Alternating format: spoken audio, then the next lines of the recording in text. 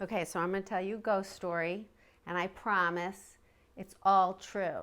And because of the kind of world we live in, patriarchy, all that, I have to tell you, my husband, who's a totally regular guy, has never worn yoga clothes, works out, rugby, criminal legal system, he'll tell you it's true too. Now me, I'm a little easier to dismiss, you know how we are. Okay, so this is how it happened. It was like 14, 15 years ago, and we saw this house. I saw this house on the web that we were moving, and I was instantly drawn, like, have to buy it.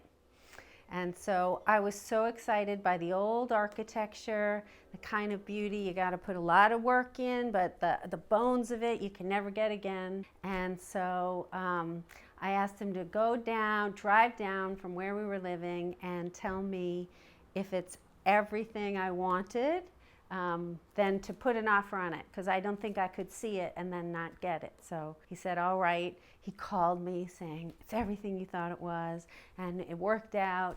And for the inspection was the first time I saw the house. I walked, it was a bit of a shambles, but really good bones.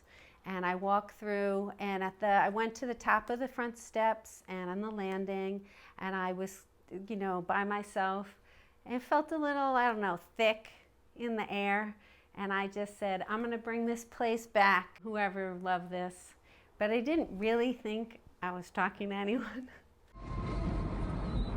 So we moved down, and my husband Jason's already got a job, so he's off on his getting ready. He's worked already, stayed with friends, and now it's our first night in the house.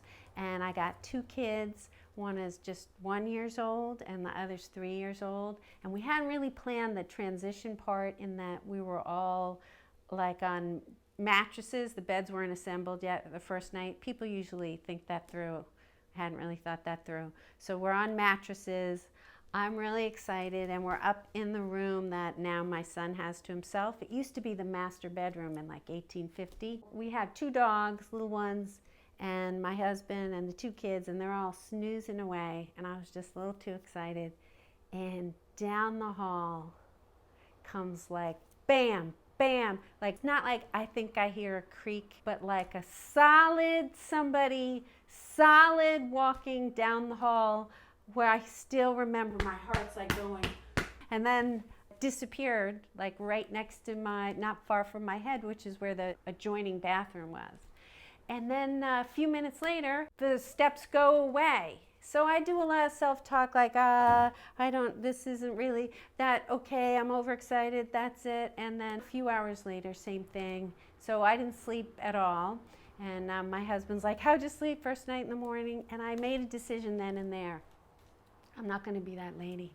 I'm not going to be the lady who says, I heard something in the house. Nope.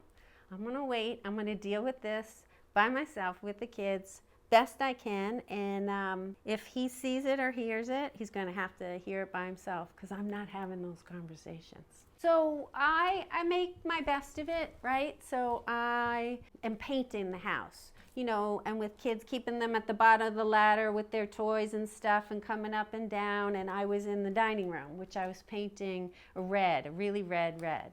And the walls were plaster, so they're sucking it in. So it was 5 coats of red. So I was in that dining room with them for a long time. And our stuff is still around, and there's a set of drums, big tall ones. And I'm in there on the ladder and with the kids, and the drums start going bam, bam, bam, bam, bam, bam. Not like I thought I heard something, but like the drums are being played. And my son looks at me and my daughter, and he was like the spokesperson because he was 3. And he said, what's that banging? And I said, oh, it's some ductwork. The ducts, I think, are not really solid in the basement, and they must have fallen. Like a 3-year-old knows what a ductwork is, which I figured out in about 10 seconds later when he said to his sister, yeah, don't worry, it's the ducts in the basement. we keep painting, we take a break. I'm ignoring it. That was my major plan. And how was your day? It was good. We did this with the kids. I got nothing to say about this. And then I'm getting really busy. I'm doing some consulting work, busy with the kids. And I remember I had my hands filled with the stuff. We're coming into the solarium, and I go to reach for the handle, and the door handle turns, and the door opens for me.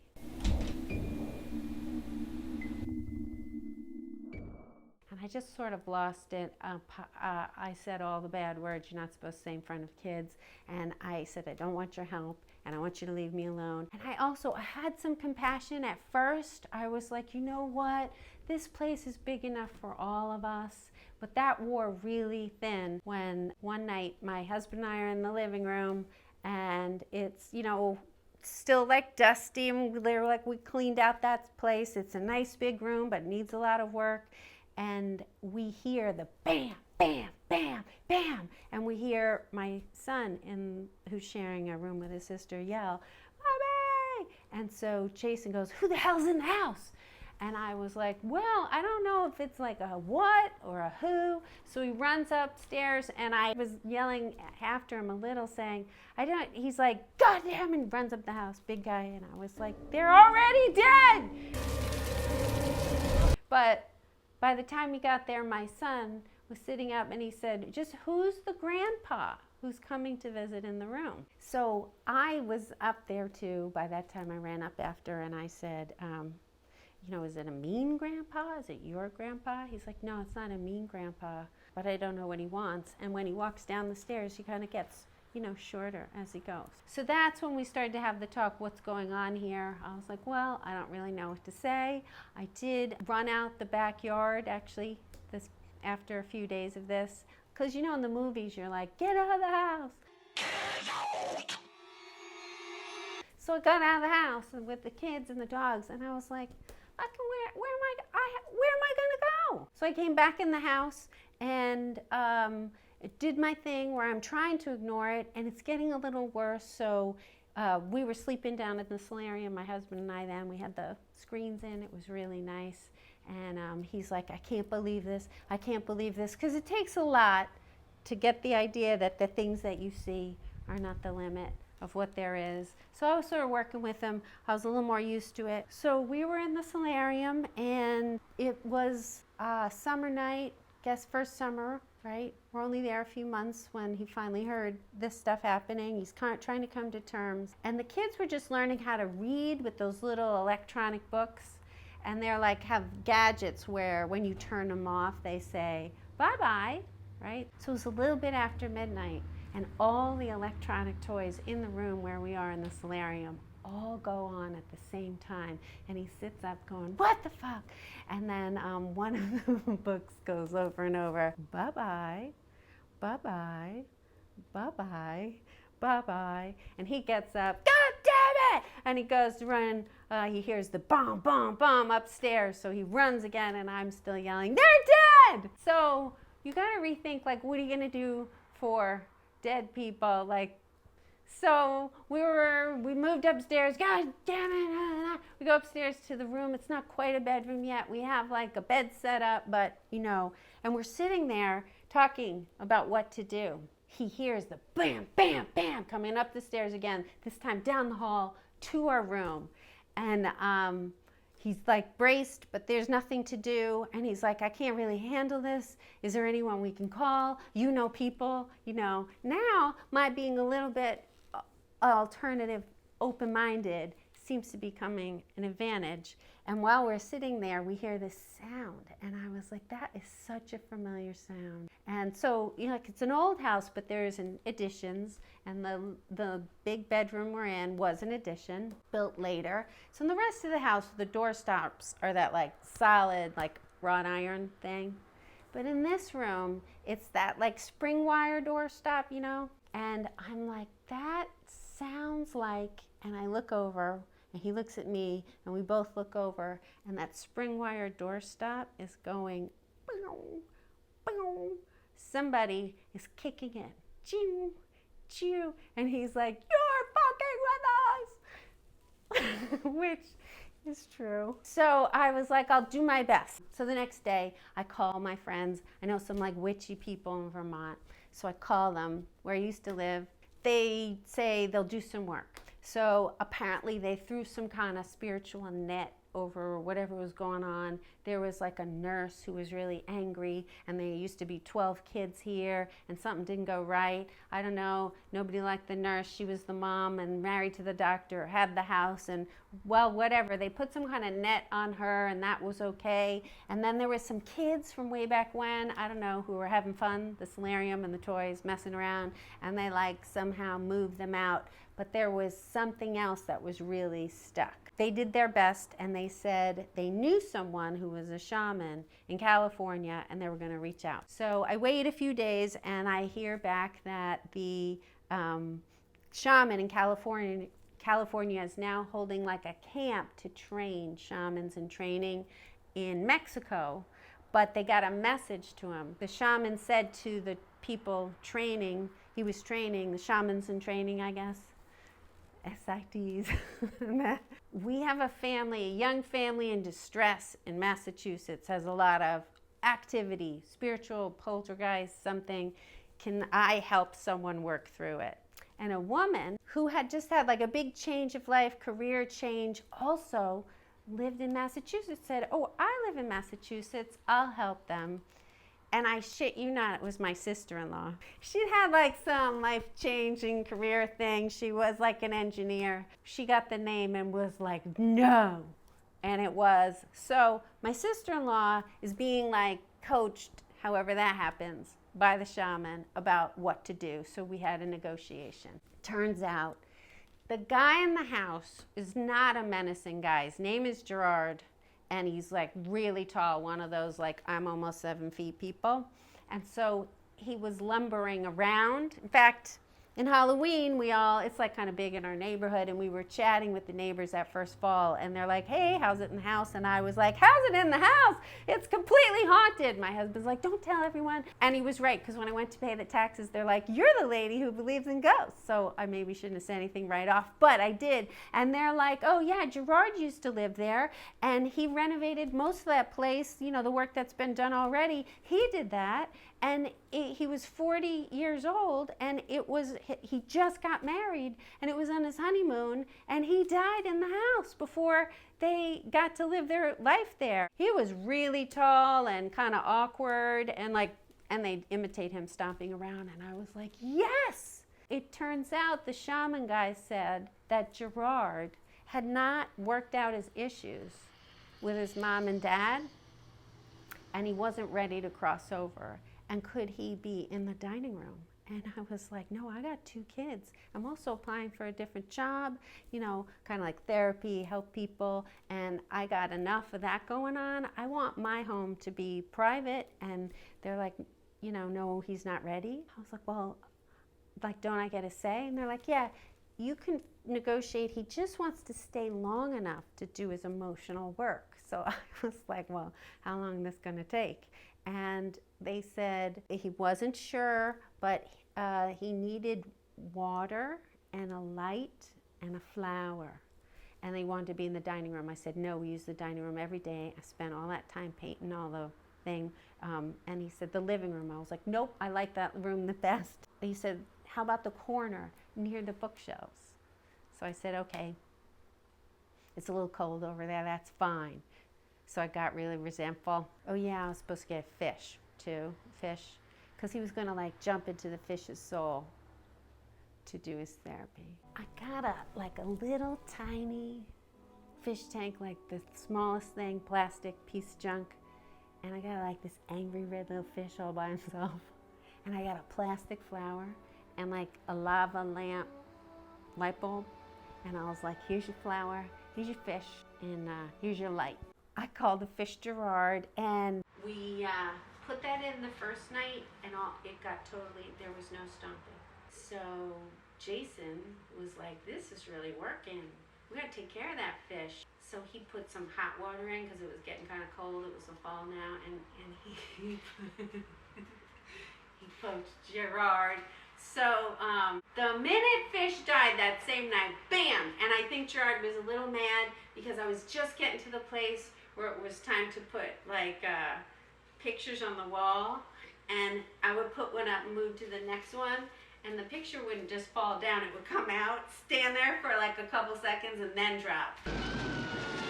And I was like, fucking A, Gerard, it was an accident. But, so we got another Gerard, and we didn't mess with the temperature. It did get a little too cold, so it took 3 Gerards for him to work his emotional issues out.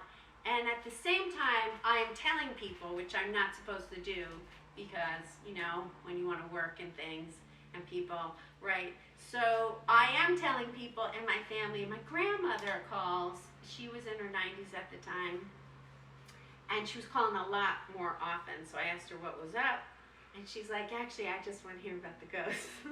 So we really, she was really interested. She was the only one who wasn't up. So she'd ask how it was going. Was it quiet?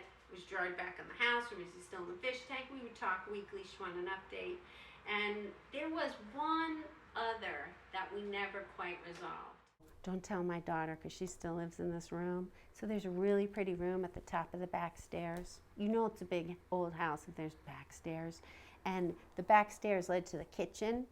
And I recognized the pattern of when I would hear the same thing every night, like around 3 a.m., because we had heated by wood in Vermont where it was really cold, and my husband would like creep out at like 3 a.m. and stoke the fire, and I think she was stoking the fire.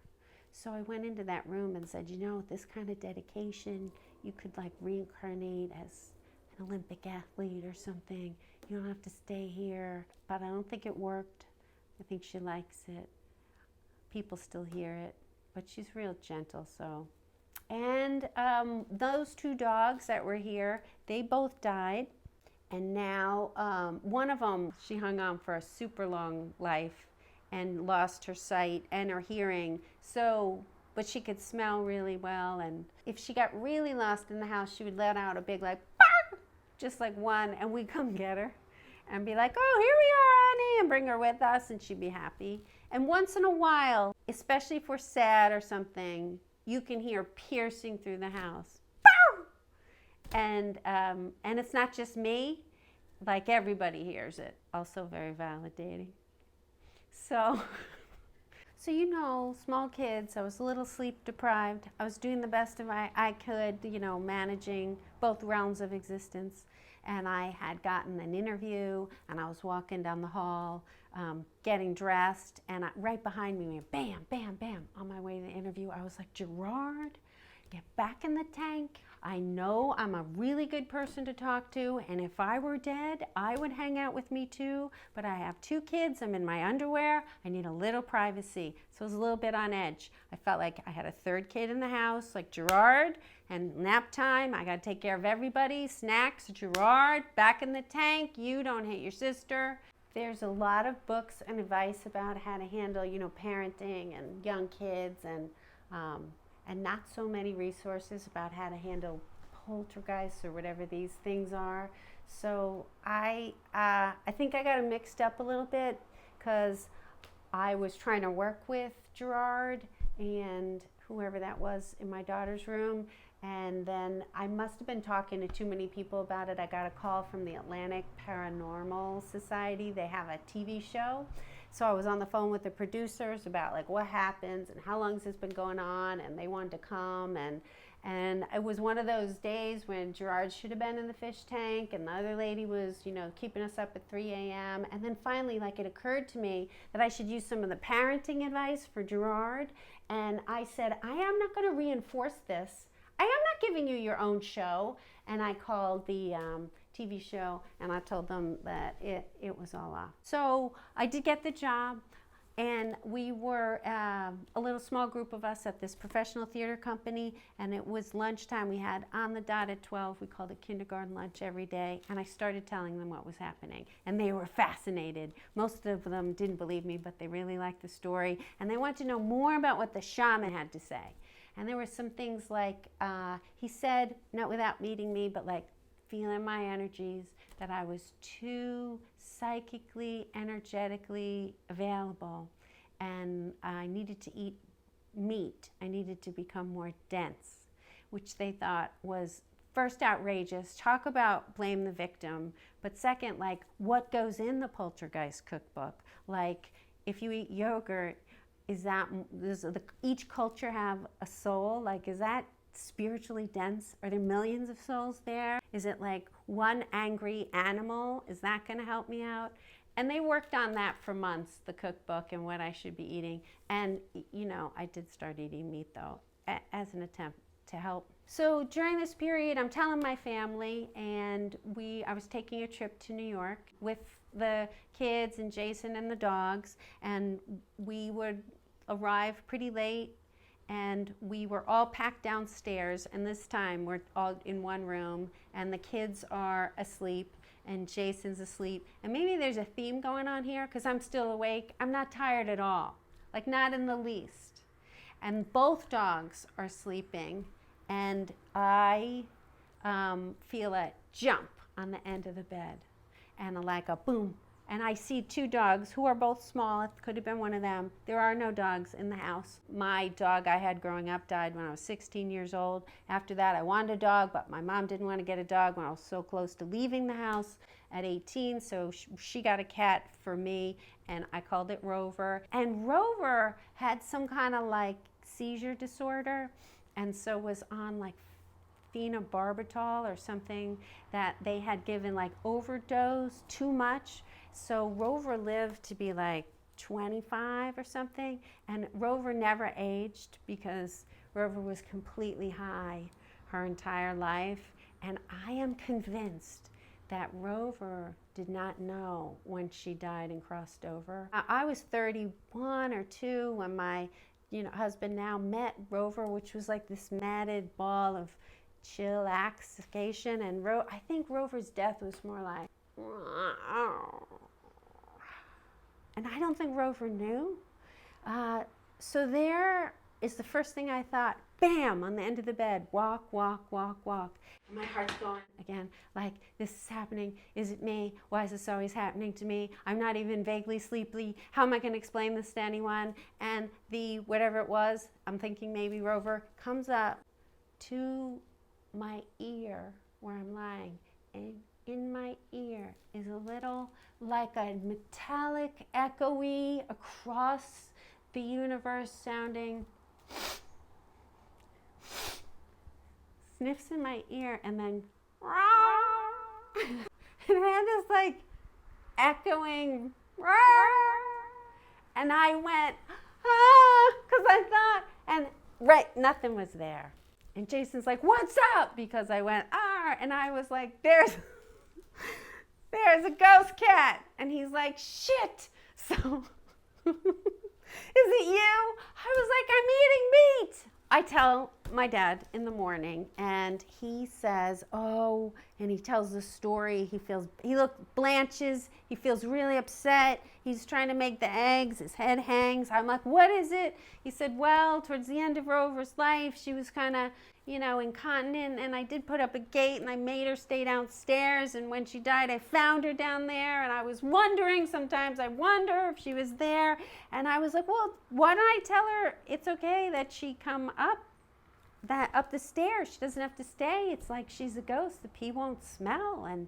And he was visibly shaken, and he said that was a thing. She used to come up on his bed every night, jump, turn 3 times, sniff, and go, and then go to sleep, which I did not know. So that night, I said, Rover, you can go up now. You can pee wherever you want, ghost cat. And I did get an email from my dad. You know how like older people, when email became a thing, they would always write in all caps and all like exclamation points. I don't think it was reserved just for the shock, but maybe because there were a lot of exclamation points. She came upstairs last night.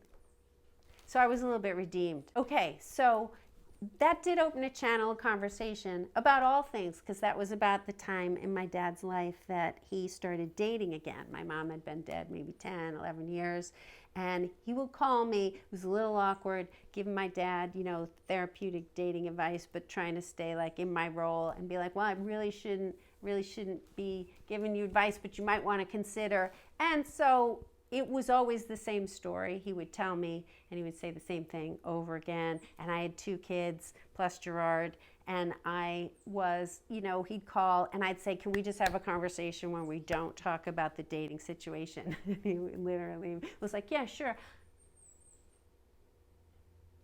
And I was like, okay, go ahead. So he did that, and then finally, tired, working, kids, Gerard. One day, I just lost it, and I just said, Dad, don't. You keep repeating yourself. You keep doing the same thing over and over. You're going to have to go to therapy, or you're going to end up in someone's fish tank. He felt that. A whole bunch of people are going to be like, okay, yeah, that's not real. And that's totally fine. But I want you to know I could hook you up with my husband, Jason, who's just like that. He used to be just like that, I should say. He's seriously like a regular guy, like a no tofu, loves the football, like a guy who believes in what he can see and science and cause and effect. And, we're not like no aliens, past lives, nothing. He's like, you would like him, and he can tell you, because I know you don't believe me, and you don't have to believe me, but I can call him over here and he can just tell you that it's really true. And maybe because of, the topic, I'll call him in at the end. So now, I think Gerard did work it out, because it got real quiet. So I don't know. I still eat meat. I don't know if the veil's just thin around this situation here, or me. But I've been thinking about like what all this means. And I think getting used to seeing all those things, or knowing all those things you don't want to know, so that you can be who you're supposed to be, and everybody else can too. And you can make room for everybody else, and you don't jam up the line. I think that's what's going on. I think that's the story. Look at the camera. I just told them all about Gerard, everything, the cats, the dogs, the whole thing. Go ahead. And they're not going to believe me, because we live in a misogynist society who thinks women is crazy. So I said that you're not like a tofu yoga guy. You're like this. Tell them. It's all true. All of it. All right. Believe her now. All right.